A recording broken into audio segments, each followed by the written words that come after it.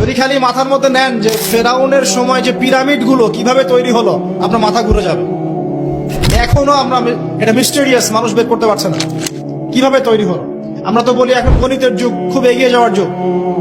এত সহজ ছিল না এই পিরামিডের গাণিতিক ক্যালকুলেশন মেলানো। গত লেকচারে বলেছিলাম যে বিশ্বের সবচেয়ে বড় বড় সেক্টর গুলো, যেমন অ্যালগোরিদম, যেটা ছাড়া আপনি এই বিশ্বের কোনো ডিজিটাল বিষয় করতে পারতেন না, এটা আসছে মুসলিমদের হাত থেকে। এই যে জাহাজ শিল্পের কথা বলেন, এক্সপোর্ট ইম্পোর্ট পুরোটাই কলাপস করতো জাহাজ শিল্প না থাকলে। এটা এসেছে নূহ আলাইহিস সালামের হাত দিয়ে। বিশ্বের ইতিহাসে এর আগে কোনো নৌযান তৈরি করা হয় নাই, হয়েছে?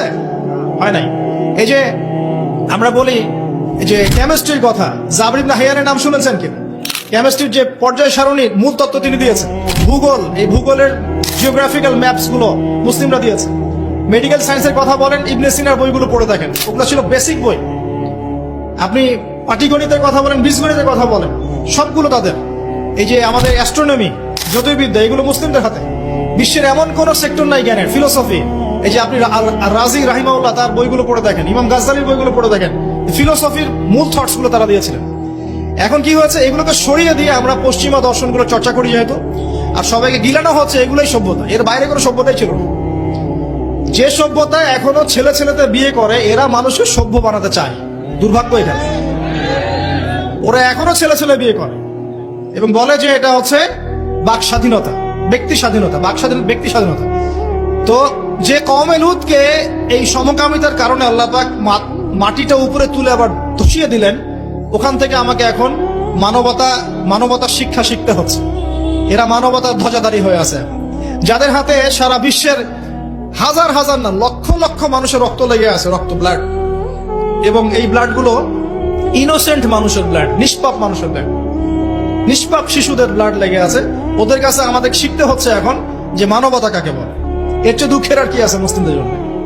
যারা সারা বিশ্বে সুদ খাওয়াচ্ছে মানুষকে, ওদের কাছে শিখতে হচ্ছে যে অর্থনীতির প্রোগ্রেস কেমন করে হবে। কথা বুঝতে পারেন না হয়তো, বুঝবেন ইনশাল্লাহ একদিন।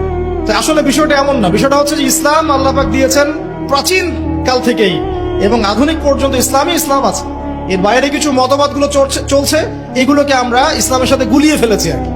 কারণ এগুলোর বাহ্যিক চাকচিক্য আছে, দেখে মনে হয় যে বস্তুবাদী সভ্যতা, mills and factories and finance, economic sector অনেক স্ট্রং, অনেক মিলিটারি পাওয়ার, পারমাণবিক ওয়েপন্স, এগুলো দেখলে মানুষের চোখ ধাঁধিয়ে যায়, মনে হয় যে বাপরে বাপ কি একটা অবস্থা হতো, তাই না?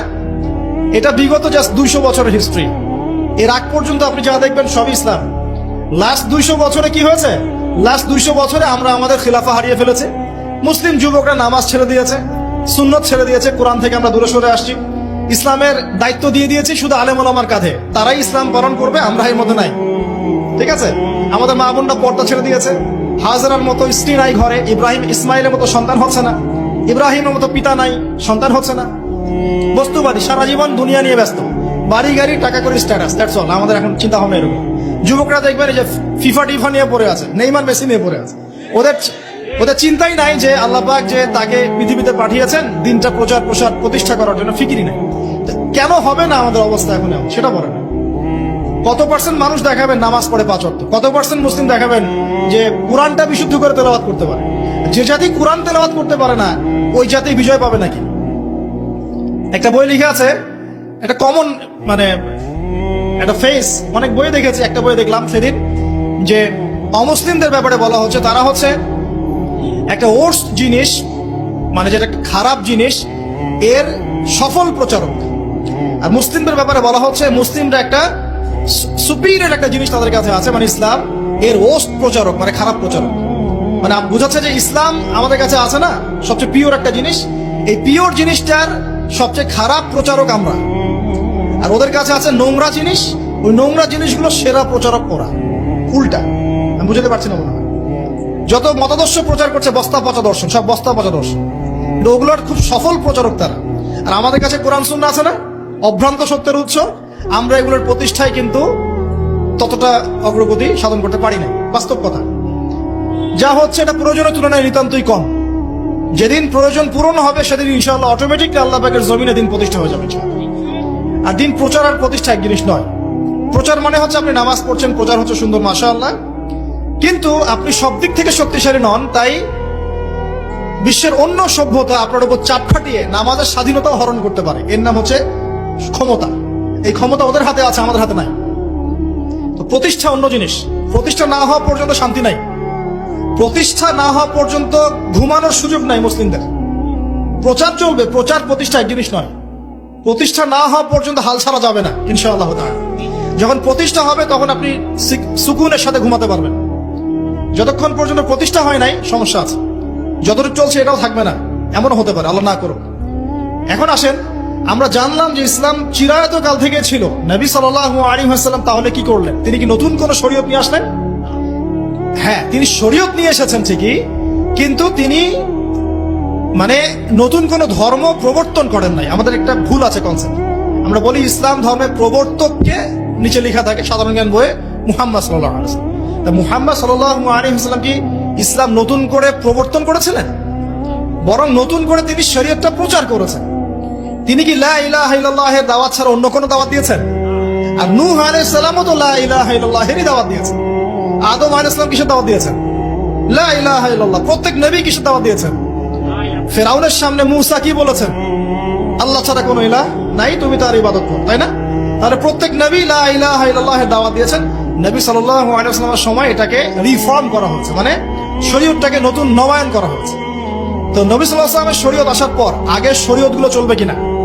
চলবে? যদি কেউ মনে করে নবী সাল্লাল্লাহু আলাইহি ওয়াসাল্লামের শরীয়ত আসার পরেও আগের গুলোও চলবে, তাহলে কুফরের মতো থাকবে, থাকবে না? এখন এখান থেকে আমি আপনাকে বাকি অর্ধেকের দিকে নিয়ে আসি, একটু খেয়াল করেন। নবী সাল্লাল্লাহু আলাইহি ওয়াসাল্লামের এই ইসলাম প্রচার প্রসার আর প্রতিষ্ঠা করতে 23 বছর লেগেছে। কত বছর? উনি যখন নবী হয়েছেন তখন আরবের সমাজটার মধ্যে শিরিক দিয়ে ভর্তি ছিল। শিরিক আর শিরক, যে কোনো এমন কোন শিরিক নাই যেটা আরবে ছিল না। ঠিক আছে, স্ট্যাচু ওয়ার্শিপ হতে পারে, কবর পূজা হতে পারে, মৃত মানুষের পূজা হতে পারে, নাস্তিকতার চর্চা হতে পারে, সমস্ত শিরকের প্রকারভেদ আরবে ছিল। ওই সময়ে সুদের প্রচলন ছিল, ইকোনমিক সেকশনে মানুষ সুদ খাইত। ওই সময় মদ ছিল, মদ মানুষ অ্যাভেলেবল মদ পান করত। নারীর অবমাননা ছিল, মেয়েদেরকে খুব একটা মূল্যায়ন করা হতো না। আর গোত্রীয় হানাহানি ছিল, মানে গোত্রে গোত্রে হানাহানি। একটু অবজার্ভ করেন, এই 5টা সমস্যা কি এখন নাই? এখনকার বিশ্বে নাই। বরং শিরকের এখন গ্লোবালাইজেশন হয়েছে, হয় নাই? ইকোনমিক সেকশনে সুদের গ্লোবালাইজেশন হয়েছে না? এখন একটা জায়গায় সুদ সীমাবদ্ধ নাই, সারা বিশ্বের মানুষ খাচ্ছে, খাচ্ছে না? মাদক কি একটা জায়গায় সীমাবদ্ধ আছে না সারা বিশ্বের মানুষ খায়? ছড়িয়ে দেওয়া হয়েছে, ছড়িয়ে। সীমান্ত অঞ্চলগুলোতে গিয়ে দেখবেন দেধার সে মাদকের প্রবেশ হচ্ছে, হচ্ছে না? খাচ্ছে কারা? এই যে নেইমার আর মেসির ফলোয়ার যারা, ওরা খাচ্ছে না? খাচ্ছে। এরা কি মুসলিম না মুসলিম? এদের বাবা মুসলিম না মুসলিম? তাহলে গরুর গোশত খেলেই যদি মুসলিম হয়, আর নাম আব্দুল্লাহ আব্দুর রহমান হলেই যদি মুসলিম হওয়া যায়, তাহলে আবু জেহেলও মুসলিম ছিল।